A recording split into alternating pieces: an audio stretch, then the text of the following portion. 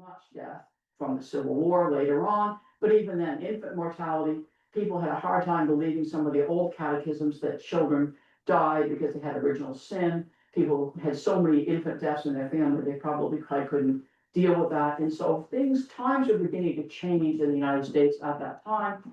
And spiritualism rode this crest of change. You can give me in the next slide. So as I said, the way that this was done was at home. We practiced seances. It was also done there were mediums who did it in their homes and charged for that. There were clubs, there were groups that did it. So that's one way. Give me another slide.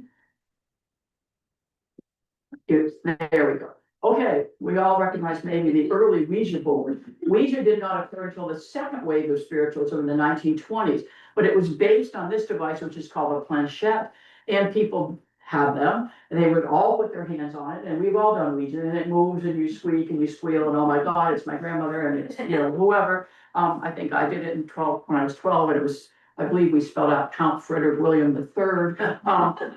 He was in my basement, and when I was 7, but anyway, that's what was a thing that was done. I mean, it rolled around on wheels. Spirits sometimes would communicate by writing, and this is one that would write. It has a pencil in it. Other times, it would, as we should focus on different letters and spell out messages. Next slide, please. Unlike all other religions, I don't think there's another one. Spiritualism started on a certain day.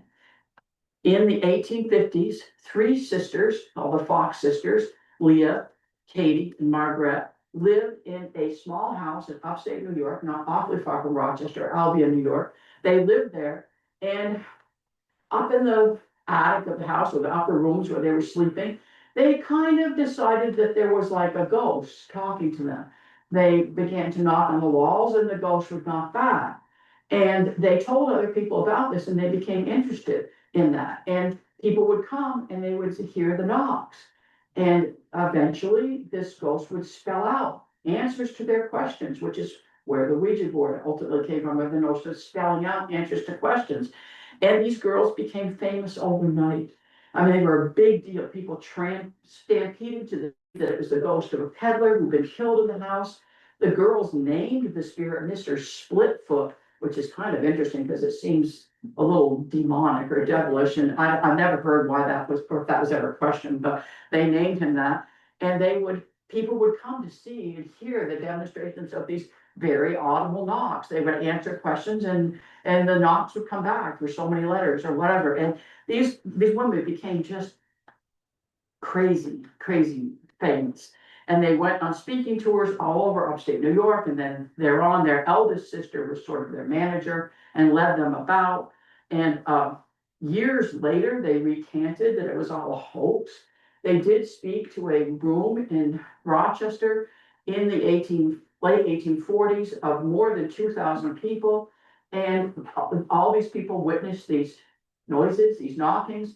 The girls later on, when they were elder, a couple of them turned into alcoholics. There's a long story with them. But at any rate, they've claimed that they were simply cracking their joints, cracking their toes.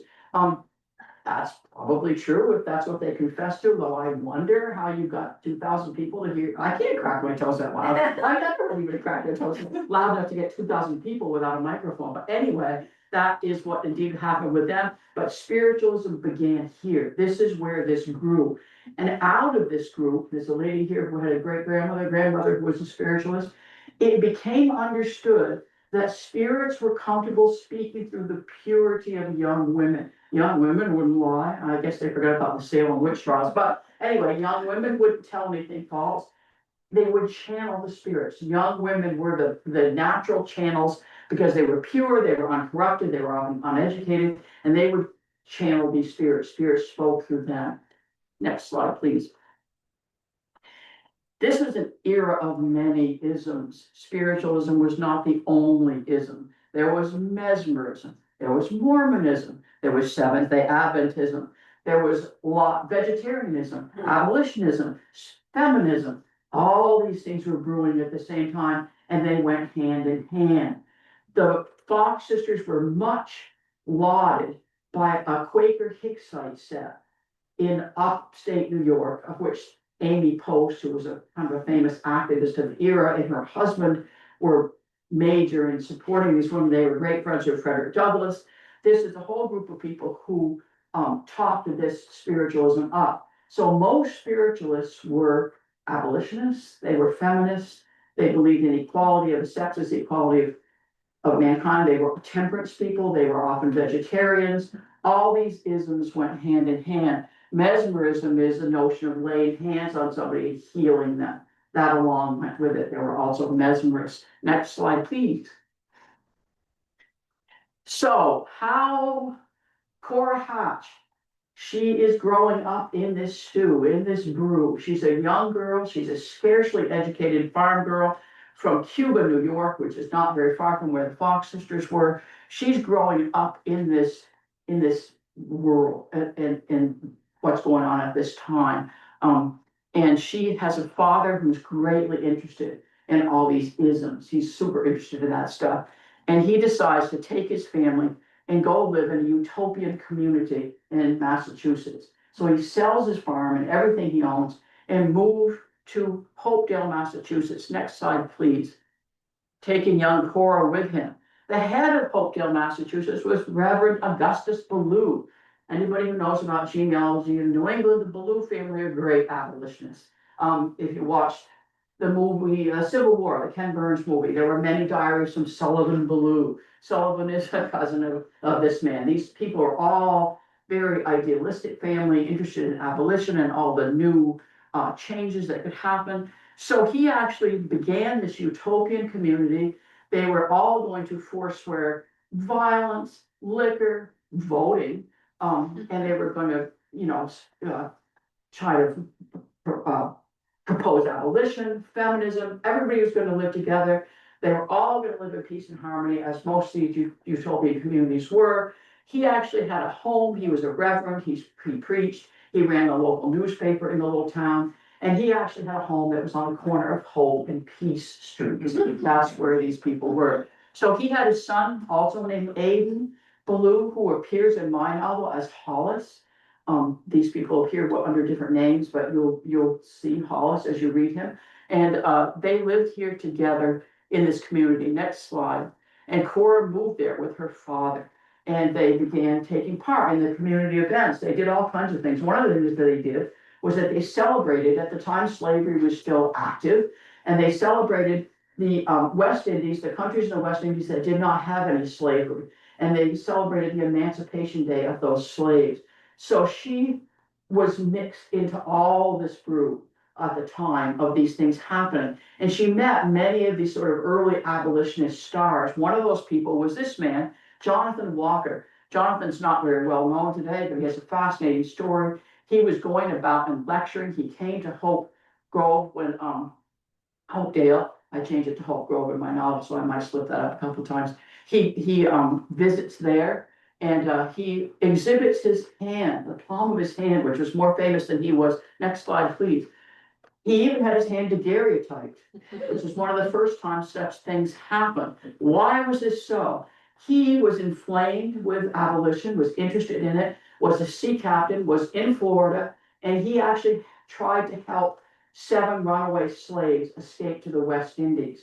The slaves, the enslaved men, got on his boat and they went around the Horn in Florida, where they were promptly rounded up, where Jonathan Walker fell ill, and the enslaved men had no idea how to sail a boat. They were probably being watched anyway, and they arrested them all and dragged them back to Pensacola.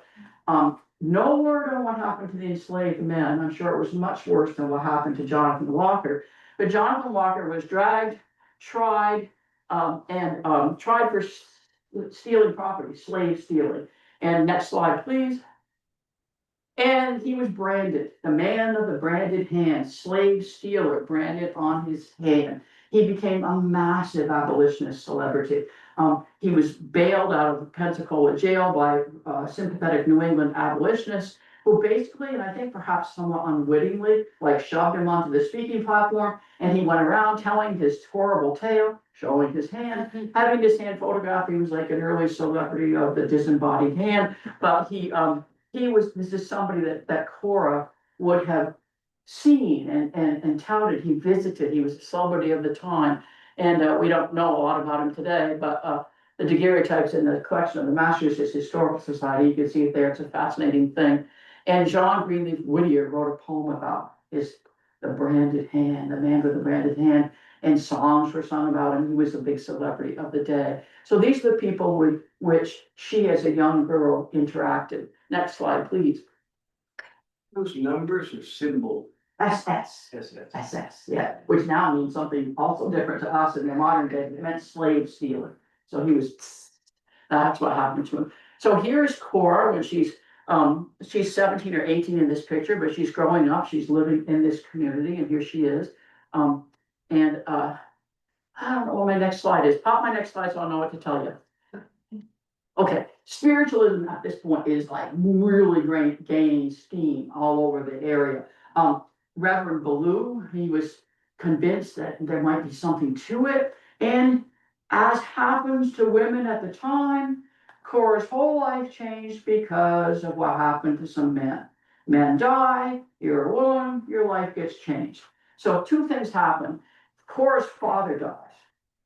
He was planning on like leaving the utopian community and starting a utopian community of his own.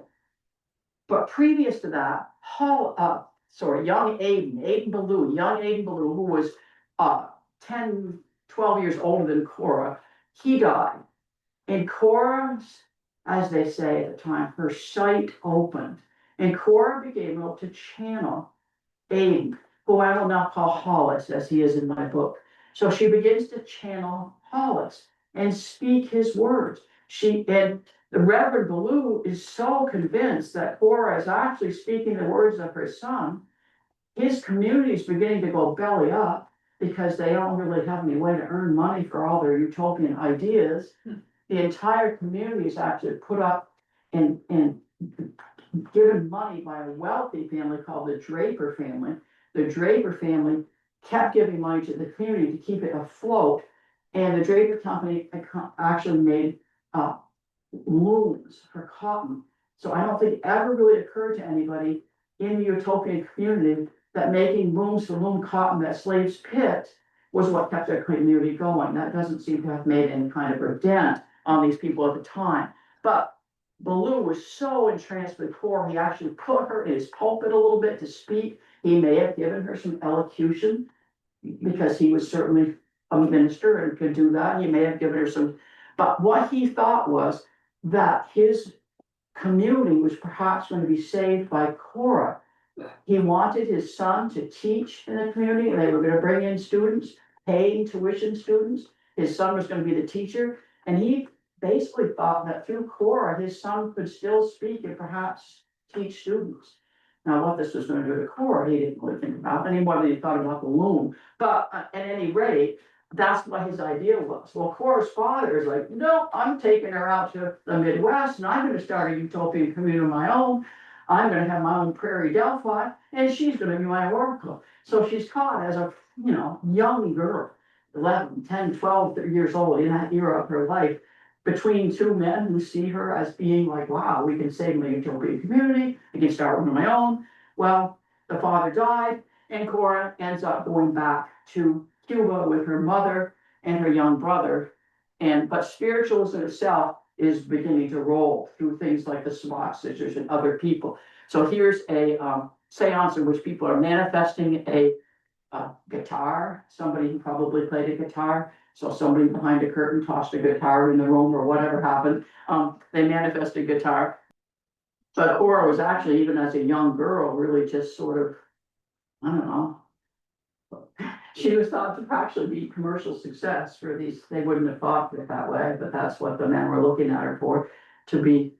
And she's a child. She's not even at this point she's not even wearing long dresses yet. She's still wearing pantaloons. So she's that young that she's not even mature, sexually mature or not. And however, she's gorgeous. She's absolutely beautiful, which never hurt her from day one till the final day of her life. She became quite popular for that. Right. You can go to Hopedale. today, you could go visit it. I went there and went in their lovely library, you could see but anyway, this is the banner of light newspaper. Now There we it's go. completely dead, because there's no textiles anymore, but you can see the factories and the rivers and, I write about it. Not that here that you would be able to walk the streets and understand all about it. Published in Boston, and see the story of spiritualism. And so now next slide. Spookland. So I said, literature both high and low about spiritualism. Go on to the next one. These I meant to just flip through quickly. You can see the things that happened at the time. So we go to, it was also popular in Europe. This is a French version. Go on again. And this is Spirit Wrapping Unveiled. So all these kinds of books and pamphlets were big at the time. Go on again. The Apparition.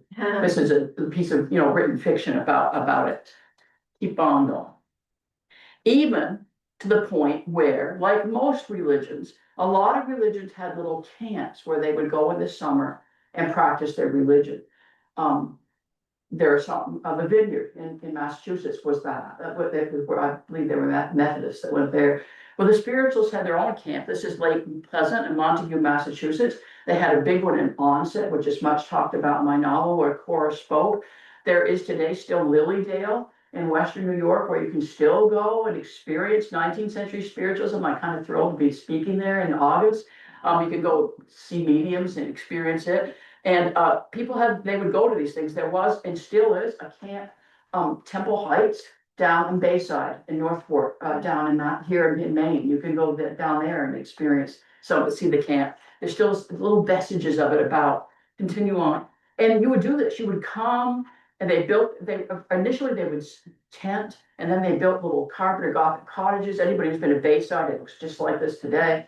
The Methodists were cheek by jowl with the Spiritualists, and they all went there and had their summer things. But you're having to come listen to me. Imagine coming up here and shore dinners, saltwater taffy, spirits. They had all the fun. This isn't anymore. This is great. But anyway, you could be doing this at that time. You could have been sitting out on the porch and going to seances at night and having lobster during the day. It's all great.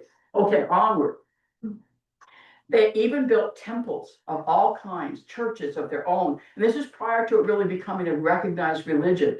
A lot of the spiritualist people, like Cora, would channel American Indians. That was a great thing. They seemed to always channel English. Indians were perfect English, but at any rate, they channeled Indians. And this is the Onset, Massachusetts wigwam, where they had spiritual things. So tiny little things like this, too.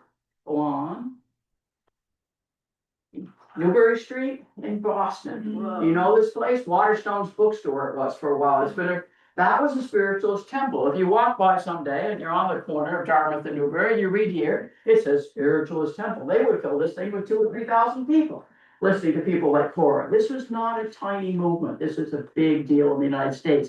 So this gorgeous building was indeed built as the spiritualist temple. As I said, Boston was a real hotbed for this. So from small to low. So what's happening to our Cora? How is she dealing with this? She's had to go back with her mother because the father is dead. What happens to her next? Next slide.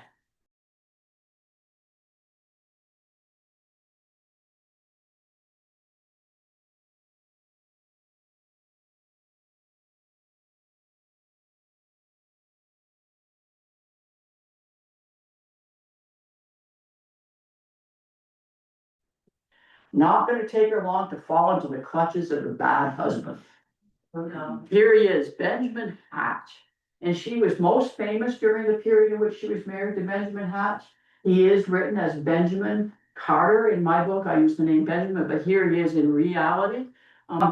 So he's pictured next to his newspaper article. I'll tell you a bit about. Anyway, Benjamin began life as a med schooling behind that. He raised doctor as many were. And he began just to say to hell with it, and he specialized in diseases of women and obstetrics. Schooling behind that. He was doctor as many were. And he began just to say to hell with it, and he specialized in diseases of women and obstetrics. And the advertisement, his modus operandi would be to rent rooms in a town, set up his practice, put it out in the newspaper, This is the Bangor Whig and Courier, by the way, the Bangor Daily News. So essentially, if you were having considered period trance and you went up to Bangor, he'd lay his hands on you. And that's his ad from the Bangor Daily News, or what was called the Bangor Whig and Courier at the time. And he would do that. That was how he would work. And he would stay there, until the reputation for being a quiet guy out. And then he moved to the next town and do all sorts of things. So there he is, Benjamin Franklin Hatch, born in New Hampshire. And he ends up marrying Cora when she is 17 and he is 39. Yeah. So we can imagine where this is going to go. But at any rate, he did manage her. And he set up speaking engagements for her. She couldn't do it. A woman couldn't do that. So here we go into a little bit about the power and the strangeness of what was Cora and women like her. As a woman at the time, you couldn't get up to the podium to speak like I'm speaking now.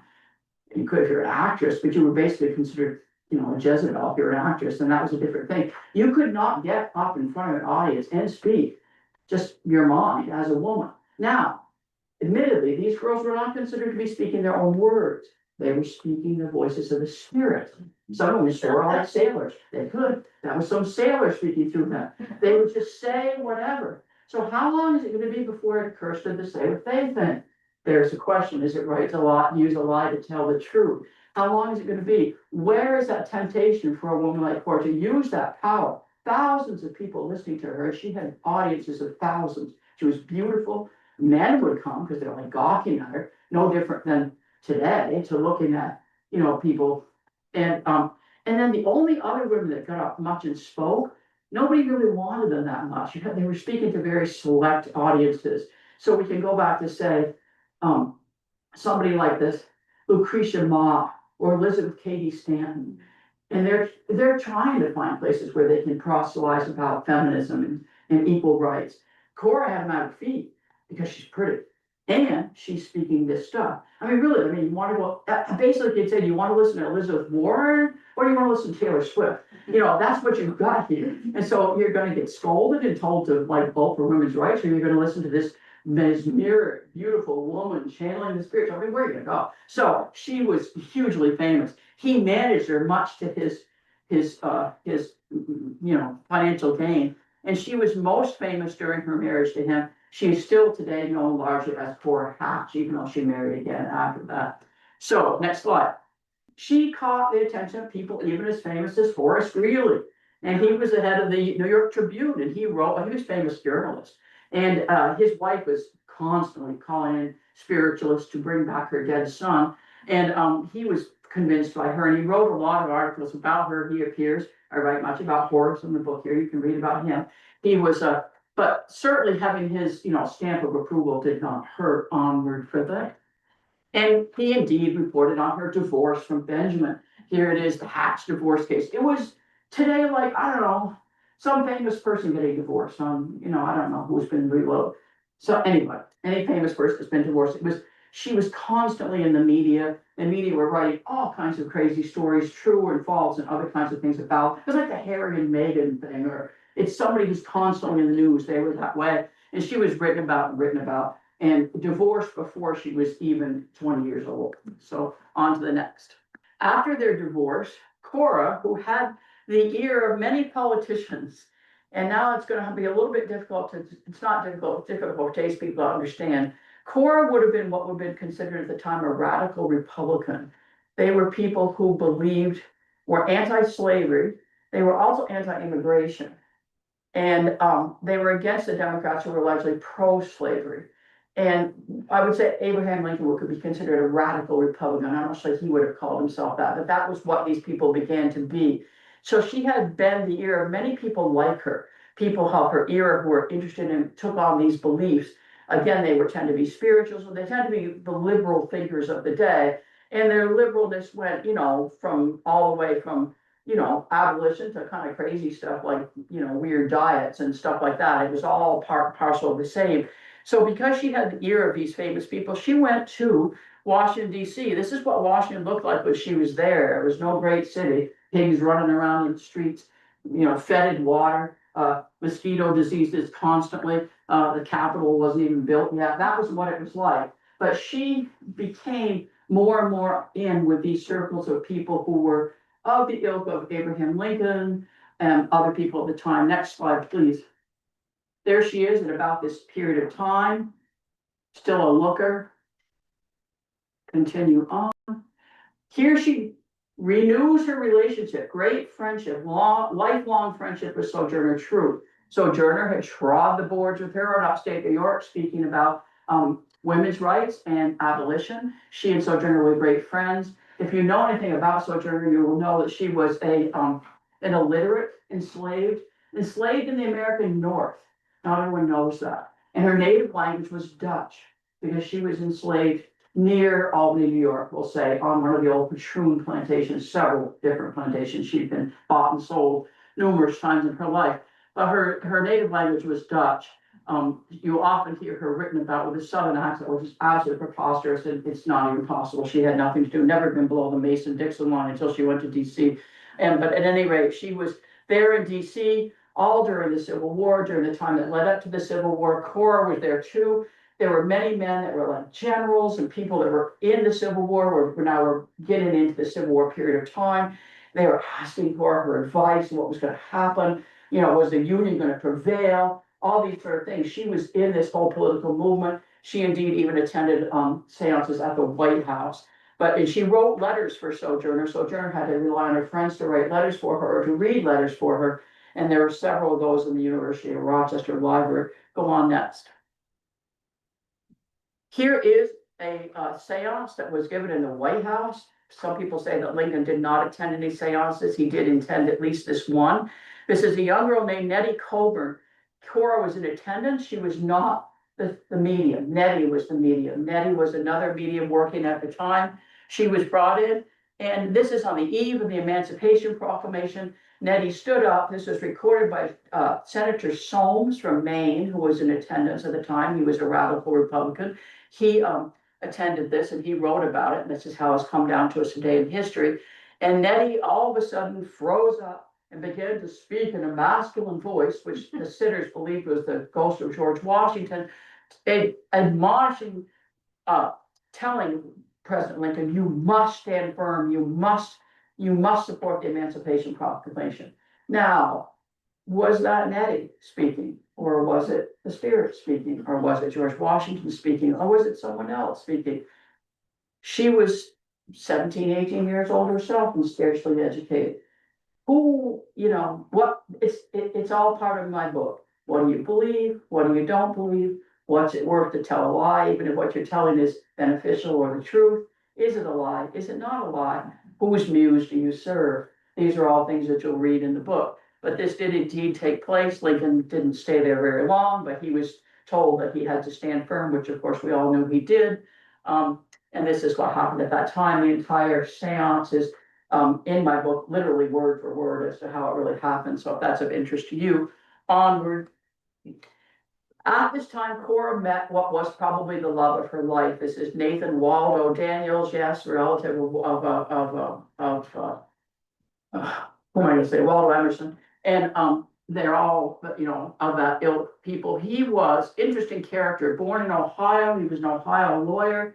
He was essentially an unknown person who was exactly like Robert Gould Shaw. He had his own African-American regiment of men. He led them in Louisiana. He's a much less famous Robert Gould Shaw. He was of the same ilk, but his people were in Louisiana. He also gets written up today as being a bit of a troublemaker, kind of a rabble rouser. His diaries are in the Library of Congress, but my reading of those diaries is a little bit more of him getting in trouble because he was constantly advocating for his men. So how much was just people didn't really like the fact that he wanted his men to be treated more equal. In this particular image, he actually is standing with his major, who was his great friend, a man named Hippolyte Dumas, who was next to him in the original picture, who was his black African-American. He's not African-American. He was his black major. Hippolyte spoke 5 languages. He was a French-born black slaveholder in Louisiana who manumitted all his slaves and said, you want to join we're going to get out of this by joining the army together. So his regiment was made up of this guy who was a black slaveholder who gave all his slaves to the Union and said, you're free, you fight. And that's what happened. It was a fascinating bit of history you'll read in the book about black slaveholders and about people who joined these ranks and joined these causes to free themselves, and all the sort of interesting brew that was New Orleans or Louisiana at the time, different than anywhere else in the United States. Onward, he and Cora married, and then a year later they had little Henrietta, their daughter, who was born. So here is where I'm going to basically leave this, as I don't want to spoil the story for you. What happens to this little family and how they fare, what goes on with them in life. The book becomes more fictional after this. I take in the experiences of other women spiritualists of the time and add them to Cora's experience. She actually ended up being the pastor of her own church, one of the early people who made spiritualism into a recognized religion. She died in the 1920s. And she became less and less a public speaker and more a private pastor to her own church. She had a large spiritual church in Chicago. That's how she ended her days. But I will not spoil the story for you as to how she got from this period with Nathan and her little daughter to her elder age as a pastor. Can go on a bit more. Cora did not merely just appear in literature alone in my book, nor has she been without influence beyond her 20s. She and Walt Whitman were great friends. They encouraged each other's writing. Of course, Whitman, if anybody knows him or loves him, he was very interested in the soul, what happened to the soul after death. He practiced spiritualism. Cora tried to help him. She told him, you should try spiritualism to stimulate your imagination. Maybe a little bit like Timothy Leary, try them on. But at any rate, that was her, she advocated, and he tried to help her and criticized her writings. She began doing much more writing later in her life. So they were great friends. Onward. And there she is at her height, the beauty and fame. There is Cora. And if she looks in this picture, she's probably about 18 years old here, about the time she married Benjamin. If she bears any resemblance to the woman in the next picture, if this picture means anything, you drag this out of your memory banks way in the back, and we'll continue on to the next picture. It is Cora who sat in the movie Merchant Ivory, The Bostonians, with Christopher Reeve in Central Park. The character of Verena Tarrant in The Bostonians, written by Henry James, was indeed based on Cora Hatch. And this is indeed Cora, is basically Cora, sitting with that. He was. Now, Henry James went to one of Cora's lectures when they were both in their early 20s. He didn't think much of it. He said it was all palaver, sort of. Now, his father was a great Swedenborgian, I can't even pronounce this word, another one of the isms. He was another one of these great spiritual religions that kind of went on and on and on. He was a great, and so I imagine Henry was a little sick of hearing that stuff. But anyway, he took it all like that. However, 30 years later, he apparently still had Cora on her mind when he penned The Bostonians, because she became the impetus for his main character. Next slide. There's old Henry. And he never really forgot her well enough. She had enough presence that she becomes a central character for Henry James's novel, The Bostonians, which I would recommend that you get and read. Henry's a little hard, I realize, but The Bostonians is one of his easier books to read, and it's a really great book. If you're a New Englander or a fan of New England, it's a great book. She also was, sitting in sapphic splendor with Vanessa Redberry. So this is essentially Cora Hatch. That girl, if you remember, her father would come and put his hands on her and start her speaking, because Henry James took great notice of her odious handler, who was Benjamin Hatch. But it transferred in his book to Verena Tarrant's father, who was this unscrupulous minister, doctor kind of guy who would put her forth to speak mostly about women's rights in Henry James' book. Onward to, here's Cora in her later years. This is when she's in her probably 30s. On again. So that's the story. There it is. And that's what I mean you to read. I mean you to think about those things that I said, truth and lies, the story of, people, men who are, morally bankrupt as opposed to men who are morally certain. Which one is perhaps the most odious? Is one any better than the other?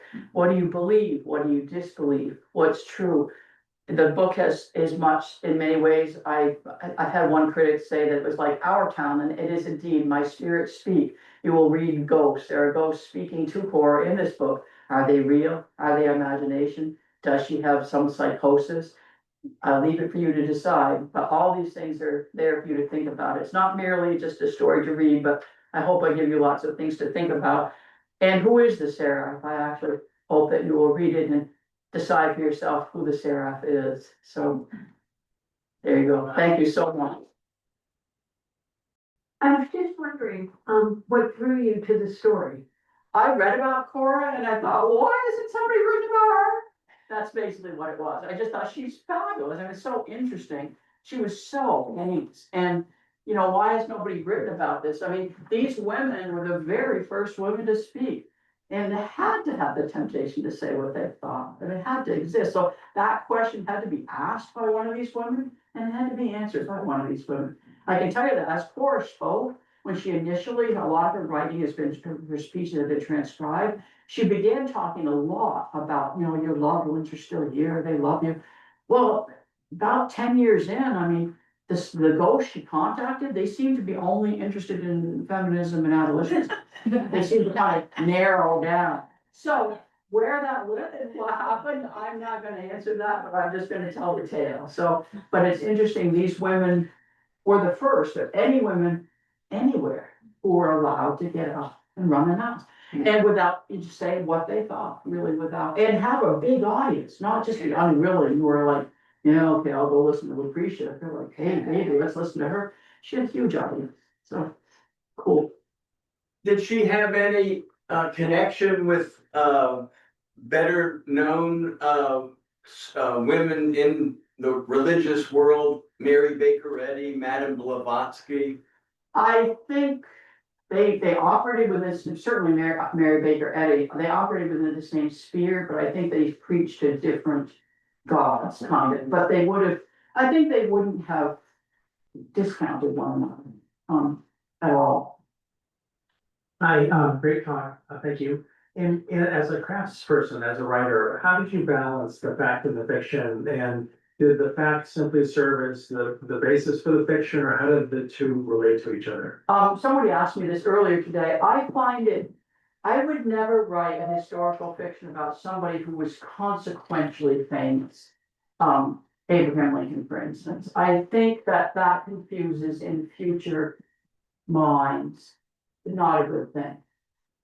People who are less famous, George Nixon Black from the House of Lobster Cove, Cora Hatch, it's not going to change what people think to write so much about her. That being said, Sojourner Truth is probably the character in this novel who's the most famous, who I paraphrase. I talk about that in my afterword. Many of the things that she says in my novel are things she did say. Casual conversation, clearly not. I'm very careful to insert any actual speech that I know these people made somehow into the novels. So you'll, from Cora, I took what she wrote. Want to stand a little bit over there, that would be great. That's what I did with Cora. I read what she wrote and I took her speech from that. But I think it's dangerous to start changing history in ways that are, it's not possible. So I'm careful of that. I'm careful about it. And when you read the afterwards, you'll read how I, you know, what ways I've changed people. And Cora's second husband, Nathan, actually contains aspects of, Cora was married 4 times. And he contains aspects of her second and third husbands. So he's actually, and I talk about that, he's both men at once. So to follow the line of the story, to give her an arc. The story lasts from about 1850 to 1870, till after the Civil War. It isn't her whole life. We have a comment, Carol Lidstrom online, says, thank you, Jane, for this smooth presentation. I was interested in what is the truth in your book, and it seems that you largely answered that. Okay, yeah, that's, again, the reading of the afterword is probably the best thing. You could read it first if you want, although it'll spoil a little of the novel for you.